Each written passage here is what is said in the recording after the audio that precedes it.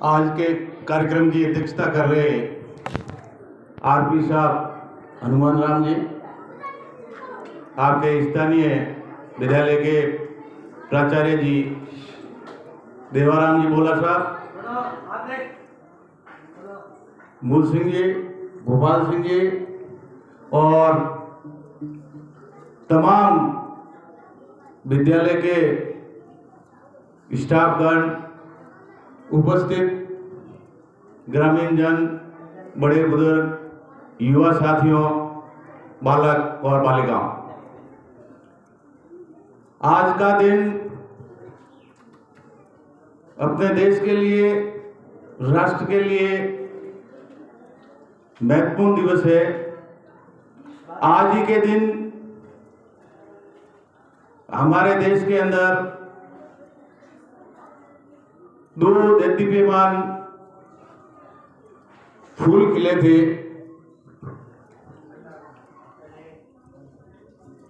महात्मा गांधी जी, लाल बहादुर शास्त्री जी। गांधी जी की अपन आज 155वीं जयंती मना रहे हैं और शास्त्री साहब की 120। इस अवसर पर आज इस विद्यालय के अंदर आपने जो ये कार्यक्रम रखे, बहुत ही उम्दा तरीके से और अपने विद्यार्थियों के लिए प्रेरणादायक, ज्ञानवर्धक, शिक्षाप्रद ऑल ओवर अपने ये कार्यक्रम रहे। जैसे आपकी ये प्रदर्शनी, वो स्टूल वाला, जिसको मिला नहीं मिला, जलेबी, मोटे मोटे ये कार्यक्रम रहे। इसके अलावा जो विद्यार्थियों ने अपने विचार व्यक्त यहाँ किए, गुरुजनों में भी किए, सभी ने ज्ञानवर्धक और प्रेरणादायक बातें यहाँ रखी। स्टूल वाला जो था उससे भी अपन शिक्षा ले सकते हैं कि ये एकमात्र स्टूल रखना या इधर उधर गोल गोल घूमना या बैठ जाना उठ जाना वो नहीं था।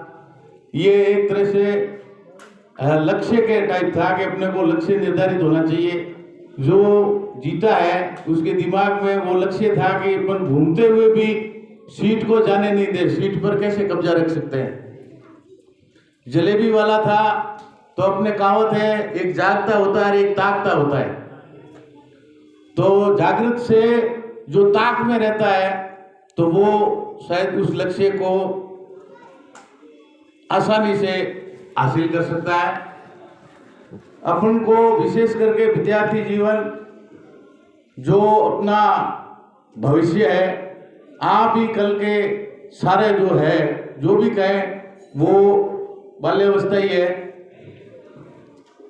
किसी भी चीज के अंदर बहाना या झूठा ऐसा कोई नहीं करना चाहिए कि जैसे जो काम अपने को करना है लेकिन अपने को आता नहीं है, मदद की जरूरत है, वो तो अपन करते नहीं है और एक तरह से झूठे बहाने बनाते। जैसे हमारे जमाने के अंदर जब छोटे थे तो उस समय अपन ये अपने आरपी साहब और सब ये जानते हैं, लगभग हम उम्र के ही है, तो कितना ऑनर एक गुरु का और शिष्य का, समाज में छोटे का और बड़े का, वो जो ऑनर होना चाहिए वो दिन ब दिन संस्कृति, मान, सम्मान वो थोड़ा उस हिसाब से संकीर्ण होता जा रहा है।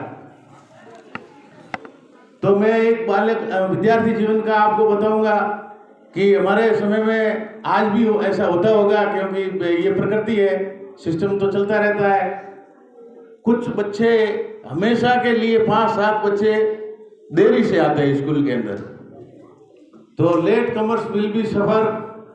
उनकी मार साहब, शारीरिक शिक्षक जो अपने पीईटी जी होते हैं, अलग एक लाइन बनाते, फिर सबको क्लास में रवाना करके उनको कारण पूछा जाता है कि भाई आप लेट क्यों आते हो। तो वो जो वास्तविक कारण है कि हमारा इसमें मन नहीं है, कि आना नहीं है, कि पढ़ना नहीं है या होमवर्क नहीं हुआ, वो नहीं बताते। सीधा शॉर्टकट एक बहाना बताते कि मार साहब सर्दियां बहुत तेज है, सुबह जल्दी उठा नहीं जाता, उठा जाता है तो स्नान नहीं कर पाते, इस वजह से है जो साहब हम लेट हो जाते हैं। चलो माफ किया, आज तो कहीं छोड़ देते, हमारे को ऐसे नहीं छोड़ देते। हालांकि हम तो लेट नहीं हुए, लेकिन उनकी वो दशा देखते थे तो हाथों के ऊपर स्किलें और ऐसे उल्टे हाथ करके पट्टियां पड़ती थी। 2.5 फीट 3 फीट की स्किल लंबी लकड़े की, और पूरे ग्राउंड के चारों तरफ मेंढक चाल चलवाते थे। ये मोटी एक समझाने की एक तरीका उस समय ये हुआ करता था। अब रही ये तो 7 बजे के टाइम की बात है, जब समय 10 बजे का हो जाता है तो भी कुछ बच्चे लेट आते। तो वही है, उनकी अलग लाइन बनती, फिर पूछते अरे भाई लेट क्यों आए, तो वो बताने की बात नहीं होता, बहाना शॉर्टकट बहाना बताते कि साहब मेरा घर बहुत दूर है। अरे यार 7 बजे तेरा घर यहाँ था और टाइम बदला तो तेरे घर की और स्कूल की दूरी थोड़ी बड़ी है। तो इस प्रकार से मेरे कहने का मतलब अपने को ये बहानाबाजी वगैरह नहीं करनी चाहिए। आपने अच्छी, वैसे मैं 3-4 दफ़े जब से यहाँ आया हूँ, विद्यालय में आया हूँ, हर एक्टिविटी गति देखता हूँ बहुत ही सकारात्मक सोच के साथ में, और अच्छी उम्दा शब्दों की कमी है कि बखान के अंदर यहाँ के स्टाफ को क्या क्या कहा जा सकता है कि ये लोग अध्यापक वर्ग, शिक्षक, आप बच्चों का भविष्य संवारने के लिए कितने आप प्रयास करते हैं और क्या क्या नहीं करते हैं। बहुत अच्छी मेहनत और लगन से आपको शिक्षा देने का, शिक्षित करने का काम कर रहे हैं। इसके लिए मैं तहे दिल से इनको बहुत बहुत धन्यवाद देता हूँ। साथ में ही आपके गांव के ग्रामीण जनों को भी और यहाँ के भामाशाहों को, जो हर वर्ग के लोग हैं, वो इस स्कूल के केयर के अंदर तन मन और धन से लगे हुए। एक छोटा सा उदाहरण अपने प्रेरणा के लिए हो सकते हैं, बताना चाहूंगा। परीक्षा का जब मौसम आता है,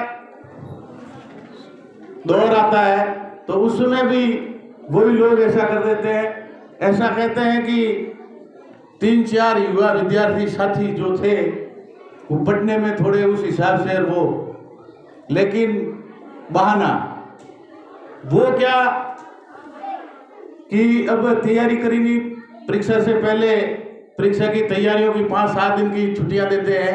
गवर्नमेंट का रूल है कि भाई ये बच्चा फ्रैंक रह के शांत वातावरण के अंदर और फ्री माइंड से एग्जाम की तैयारी कर सके।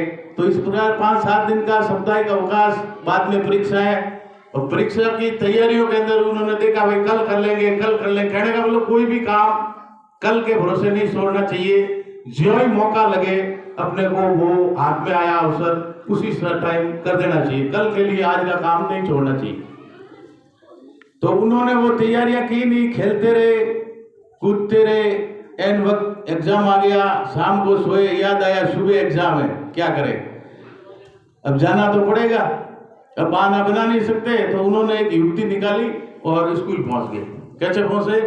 3 जने थे, तीनों ने बहाने बनाए, मैले कपड़े पहन लिए, ऊपर ऑयल छिड़क दिया, गंदे हो गए, बाल किए नहीं साफ, और जाके तैयार हो गए, और वो भी लेट, क्योंकि उनको पता है कि भाई लेट जाएंगे अपने एग्जाम में बैठने देंगे नहीं, फिर घर वालों को कहेंगे यार 2 मिनट लेट हो गए, मार्क्स ऐसे, उस हिसाब से मेरे को अंदर नहीं आने दिया, बाकी मैं तो टॉप करता। अब मार साहब भी सभी होशियार है, मैं व्यक्ति विशेष का नहीं कह रहे, अपने कवि कहे तो भी अतिशयोक्ति मूल सिंह जी की तरह टैलेंट। अब उन्होंने क्या कि पूछा भाई क्यों, ये क्या हालत है, क्या साहब क्या करें, रात को हमारे पड़ोस के अंदर कोई बीमार पड़ गया, तो उसकी हेल्प के लिए साहब हॉस्पिटल जाना पड़ा, हॉस्पिटल गाड़ी खराब हो गई, ये हमारे कपड़े लते, सुबह साहब जो ही घर पहुंचे, दिन मतलब 3-4 बजे घर पे पहुंचे, स्नान का वो टाइम मिला नहीं, हम तो साहब सीधे आ गए, आप हमारे को बैठने दो। उन्होंने कहा भाई हमारा जो परीक्षा का नियम है वो नियम है, हम आपको रेस्टिकेट नहीं करते, परीक्षा से वंचित मैं नहीं करता आपको, आप बैठ सकोगे, पूरी तैयारी के साथ बैठ सकोगे। आपको एक अवसर देता हूं और इस आज की तारीख परीक्षा में बैठने नहीं दूंगा आपको 3 दिन। हाँ बेटा, वेरी गुड, अच्छा है, थैंक यू। इसको पुरस्कार दिया जाए, बहुत बढ़िया। चल हाथ मिलाओ, हाथ मिलाओ, इधर आओ, हेलो, चलो कोई बात नहीं। तो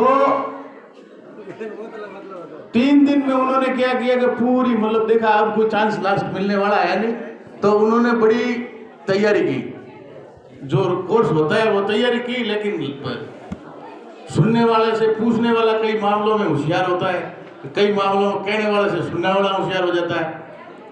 उन्होंने बढ़िया तैयारी उम्दा की। एक एक जिसको आप कहते हो रटते हैं या घोल के सोपड़ी को पी लिया कि कहीं से उठा के प्रश्न देगा, अपन इसको कर लेंगे। अब वो गए 3 दिन के बाद में समय पे अप टू होकर के टाई वगैरह लगा के कंघी करके साफ, सर नमस्ते, आ गए बेटा? हाँ आ गए।